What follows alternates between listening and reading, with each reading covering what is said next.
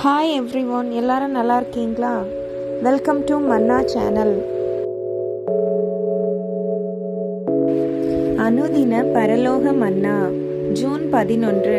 சகோதரரே, அதை பிடித்து கொண்டேன் என்று நான் எண்ணுகிறதே இல்லை. பிலிப்பியர் 3வது அதிகாரம் 13வது வசனம்.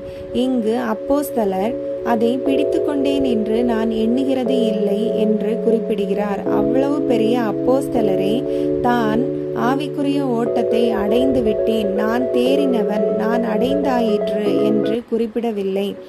அதுபோல மனிதர்களாகிய நாம் ஆவிக்குரிய ஓட்டத்தில் சிறு குழந்தைகளாகிய கருதப்படுகிற நான் ஆவிக்குரிய நிலையை அடைந்தாயிற்று என்று எண்ணாமல் தேவனுடைய கிருபையினாலும் தயவினாலும் ஆவிக்குரிய ஓட்டத்தில் ஓடிக்கொண்டிருக்கிறேன் என்பதை உணர்ந்து அந்த உணர்வில் நாம் சந்தோஷப்பட்டு கொள்வதே நமக்கு நல்லதாக இருக்கிறது.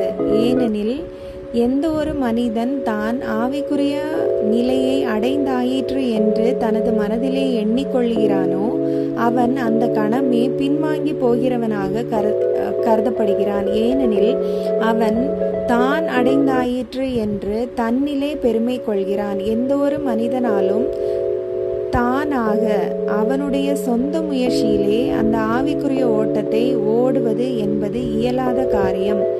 கர்த்தருடைய கிருபையினாலும் தேவனுடைய அன்பினாலும் தயவினாலும் மட்டுமே தவிர வேறு எந்த மனித சக்தியினாலும் நம்மால் அந்த ஓட்டத்தை ஓட முடியாது என்பதை புரிந்து கொண்டு தாழ்மையாக தேவனுக்கு கீழ்ப்படிந்து இருக்க வேண்டும் என்பதை இந்த வசனம் நமக்கு சுட்டி காட்டுகிறது. ஆமேன்.